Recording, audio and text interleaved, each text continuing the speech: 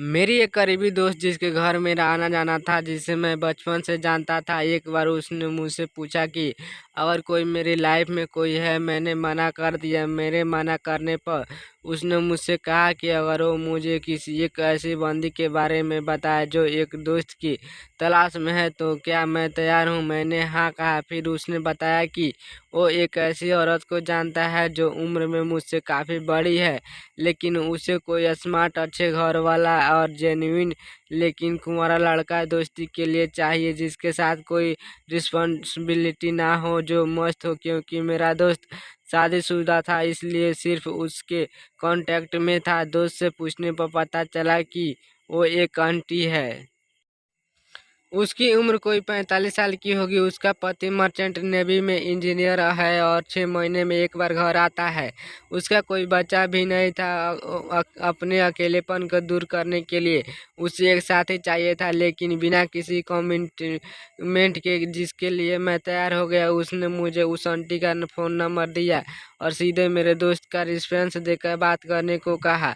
पहले तो उसने आनाकानी की, लेकिन जब मैंने अपने दोस्त के बारे में बताया तो उसने पहले मेरे दोस्त के साथ मुझसे मिलने को कहा और एक दिन हम दोनों एक कॉफ़ी बार में मिले। तो वो आंटी गजब थी। उसकी नशीली आंखें, उसका तराशा हुआ बदन देखकर लगा जैसे आज मुझे सब कुछ मिल गया है। अगर वो मुझे पसंद कर लेती है, सोचकर मैंने उस आंटी की ओर नहीं देखा।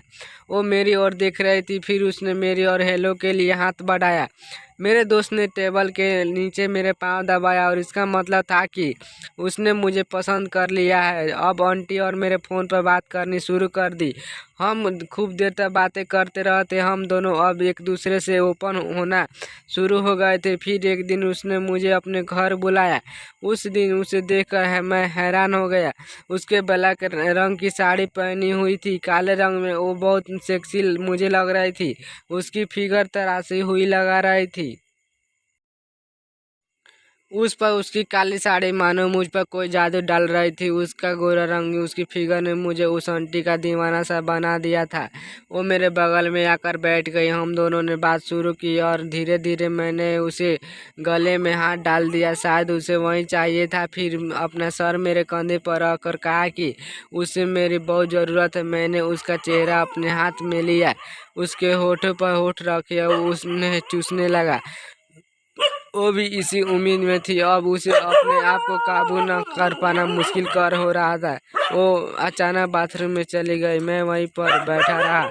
जब 2 मिनट हो गए तो उस आंटी ने मेरा नाम लेकर अंदर से ही आवाज़ लगाई, I am waiting for you. मैंने आप देखा ना था, सीधे बाथरूम में जाके उसने अंदर से बंद नहीं किया था, घुस गया वहाँ। आंटी को देखकर मैं हैरान था कि वो आंटी मेरे सामने ट्रांसपेरेंट हो हाफ नाइटी में थी। उसके अंदर कुछ भी नहीं पहना हुआ था और सब कुछ साफ साफ दिखाई दे रहा था। वो आंटी बहुत सेक्सी लग रही थी।